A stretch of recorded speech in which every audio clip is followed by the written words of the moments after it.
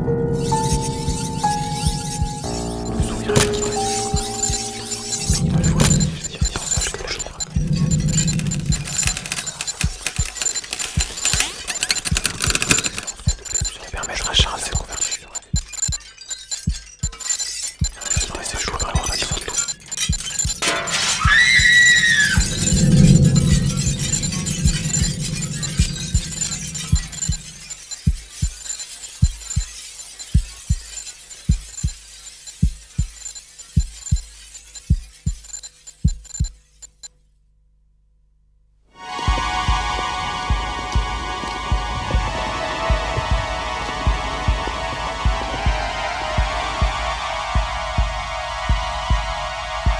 11h du soir, le 10 septembre 1879, le central télégraphique de la préfecture de police reçoit cet invraisemblable message.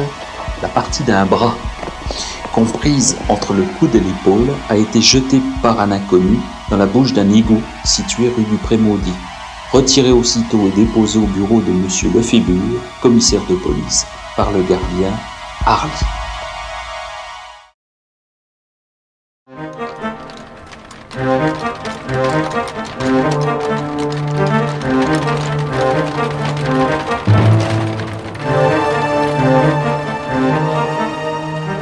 Pour les policiers, le dépeçage, c'est-à-dire le fait pour l'assassin de découper la victime en morceaux, ne nous amène pas forcément à penser que nous avons affaire à un monstre, à quelqu'un de totalement habitué à découper un corps. Car bien souvent, et c'est tout le paradoxe de cette situation, on a affaire au contraire à des gens qui ne sont pas du tout habitués à des situations criminelles, qui sont pris de panique, qui sont incapables d'accepter ce type de situation, d'affronter la société, et qui vont commettre un acte encore plus abominable que celui auquel ils veulent échapper. Et c'est le dépeçage. Chez les assassins qui dépecent leurs victimes, on peut donner grosso modo deux catégories distinctes.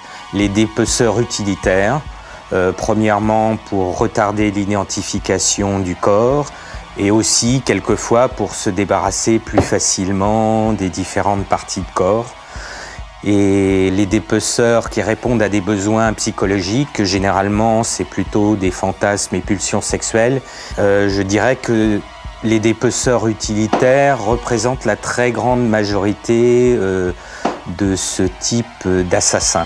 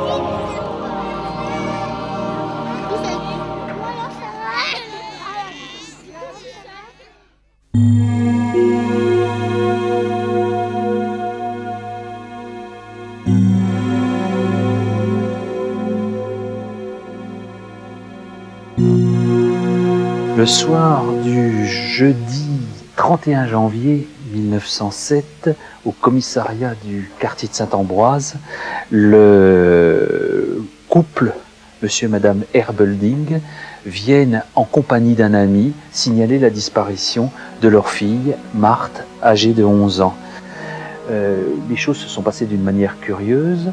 L'ami qui vient avec eux déclarer la disparition de la fillette l'a emmenée dans l'après-midi dans un café-concert qui s'appelle Bataclan. Et alors que le spectacle avait commencé depuis un petit quart d'heure, la fillette a demandé à aller aux toilettes et elle a disparu.